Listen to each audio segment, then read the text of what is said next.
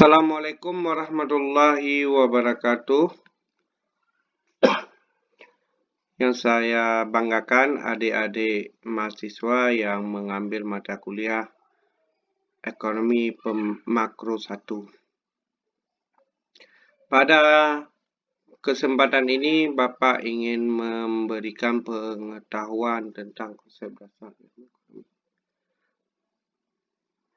Pertemuan kali ini kita laksanakan secara daring disebabkan karena sedang melanda COVID-19. Adapun capaian pembelajaran yang kita jelaskan adalah bagaimana memahami definisi ekonomi. Yang kedua, mengetahui alasan penting mempelajari ilmu ekonomi.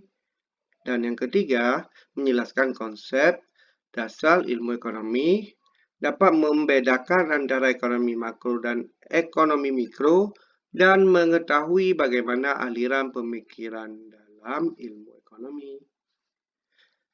Nah, adik-adik mahasiswa, berikut buku dan bahan bacaan yang bisa diakses melalui e-book, jurnal dari internet, atau di toko buku seperti buku makroekonomi yang dikarang oleh George J. Mankiw, pengantar ekonomi makro yang dikarang oleh George J. Mankiw dan Sadono Sukirno. Nah, pada kesempatan ini kita akan membahas dasar-dasar ilmu ekonomi. Pertanyaannya, apa itu ilmu ekonomi? Ayo, coba pikir sebentar. Iya. Nah, yang kedua, mengapa kita mempelajari ilmu ekonomi? Ayo, coba dipikirkan. Nah, pertama, kenapa kita mempelajari ilmu ekonomi? Karena mungkin ilmu ekonomi membahas, pertanyaan pertama, ilmu ekonomi itu apa sih? Secara sederhana, ilmu ekonomi itu membahas bagaimana aktivitas produksi, konsumsi, dan pertukaran barang. Produksi dimulai dari produksi rumah tangga, perusahaan, ya, produksi perusahaan, konsumsi rumah tangga, dan pertukaran barang. Produksi kalau diukur skala nasional menjadi produk domestik bruto, sedangkan diukur oleh jumlah yang diproduksi oleh perusahaan, itu cuma menjadi kuantitas produksi. Nah, bedanya kalau yang diproduksi oleh perusahaan, kita mengukur perusahaan itu dibahas dalam lingkup ekonomi mikro, sementara produksi yang berbentuk produk domestik bruto itu masuk ke dalam ruang lingkup ekonomi makro.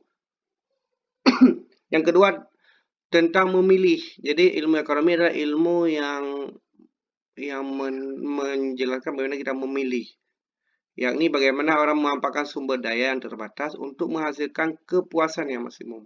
Sumber daya, waktu, tenaga, modal, uang itu terbatas. Tapi kita ingin di sisi lain adalah kepuasan yang maksimum. Yang ketiga adalah optimalisasi, maka perlu mengoptimalisasi. Optimalisasi bermakna bagaimana pengorbanan sekecil-kecilnya, artinya biaya yang kita keluarkan walaupun kecil tapi memberikan manfaat yang besar. Itu maknanya. Yang kedua, mengapa mempelajari ilmu ekonomi? Yang tujuan pertama adalah membantu memahami wujud perilaku ekonomi dalam dunia nyata secara lebih baik. Mungkin begini, kadang ketika ibu-ibu pergi ke pasar sering kaget tiba-tiba harga cabai naik. Harga barang-barang lainnya, beras, telur, kadang-kadang tiba-tiba naik. Begitu bapak-bapak mau isi bensin, tiba-tiba ada kebijakan pemerintah naik harga BBM. Ketika buka gadget atau buka berita di HP, di majalah dan sebagainya, banyak berita tentang adanya pemberhentian kerja, pengangguran. Nah, itu merupakan bagian dari kegiatan ekonomi yang sehari-hari kita alami, atau masalah ekonomi yang sehari-hari kita alami, yaitu masalah inflasi yang menyebabkan harga barang naik, atau yang inflasi yang mengakibatkan pertumbuhan ekonomi menurun dan ada pemutusan hubungan kerja sebagainya. Selanjutnya, dengan mempelajari ilmu ekonomi, seseorang lebih mahir dalam perekonomian dalam mengambil keputusan ekonomi. Misalnya dalam menabung, misalnya dalam memilih menabung, tahun 97 kita punya uang 10 juta. Nah, waktu itu harga emas masih 90.000. Seandainya kita memiliki uang 10 juta, kita bisa membeli emas sekitar 110 mayang, lebih kurang. Atau tetap kita simpan di bank dalam bentuk uang, mungkin dalam bentuk uang tetap 10 juta. Pada sekarang, tahun ini 2020, selama 23 tahun, mungkin uang itu kalau kita ambil kembali, mungkin di bank, itu mungkin berbunga sekitar 10, 11, atau sampai 15 juta. Bahkan mungkin paling banyak kita estimasi hampir 20 juta dengan bunganya. Sementara kalau emas yang kita tabung tadi 110 mayam, kita jadikan uang sekarang bisa saja dengan harga 1 mayam 3 juta sampai 330 juta. Nah, secara ekonomi, dua-dua uang yang 10 juta itu bisa bernilai berbeda dengan jenis tabungan yang berbeda. Kenapa demikian? Karena kalau uang terjadi inflasi. Kan itu konsep kita berpikir. Kalau emas tidak mengalami inflasi, malah nilainya semakin lama semakin naik. Itulah contoh dua kebijakan ekonomi yang kita ambil dalam kegiatan sehari-hari. Yang ketiga, dengan menguasai ilmu ekonomi, maka akan memberikan pemahaman atas potensi dan keterbatasan kebijakan ekonomi. Jadi, kita mungkin sebagai menguasai ilmu ekonomi, kita tahu ketika kita lihat pemerintah mengambil pembangunan jalan tol, sementara masyarakat di sana masih banyak belum terakses dengan pendidikan, dengan fasilitas pertanian yang bagus dan sebagainya. Mungkin itu kita bisa berargumentasi bahwa membangun sumber daya manusia itu jauh lebih penting daripada membangun jalan tol. Atau kita bisa mengasumsikan bahwa membangun fasilitas pertanian itu jauh lebih penting daripada membangun jalan tol. Tapi jalan tol juga penting. Dua-duanya harus dibangun. Mana prioritas yang lebih penting? Itulah cara kita berpikir secara ekonomi yang memberikan manfaat secara maksimal. Itulah kenapa sumber daya yang terbatas. Sumber daya itu terbatas. Tidak bisa kita memilih keduanya. Harus memilih satu-satu dulu. Itu dalam kebijakan ekonomi. Oke, konsep dasar dalam ilmu ekonomi. Ilmu ekonomi sebenarnya dihadapkan dengan kelangkaan. Kelangkaan itu adalah sumber daya yang terbatas, tapi kebutuhan tidak terbatas. Keinginan kebutuhan tidak terbatas. Sementara sumber daya alam, sumber daya manusia itu terbatas. Sebagai pelaku ekonomi, konsumsi atau rumah tangga dan perusahaan, rumah tangga mengalami keterbatasan tenaga, keterbatasan modal, uang, ya, pendapatan terbatas, waktu, dan kesempatan terbatas. Sehingga mereka berusaha untuk mencapai kepuasan yang maksimum. Sementara perusahaan memiliki keterbatasan input. Namun, di sisi lain, perusahaan ingin optimalisasi output. Jadi, bagaimana mengoptimalisasi output, memaksimalkan outputnya, kuantitas produksi, tapi inputnya terbatas. Itu disebut salah satunya kelangkaan. Maka, oleh sebab itu, dihadapkan dengan pilihan-pilihan, alternative choice.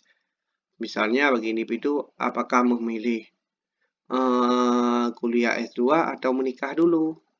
Atau pilihan yang lain ketika kita memilih membeli mobil secara kredit, mungkin kita akan dihadapkan dengan pendapatan yang berkurang untuk tiap tahun kita cicil. Itu salah satu pilihan-pilihan yang dipilih dalam hidup memenuhi kebutuhan.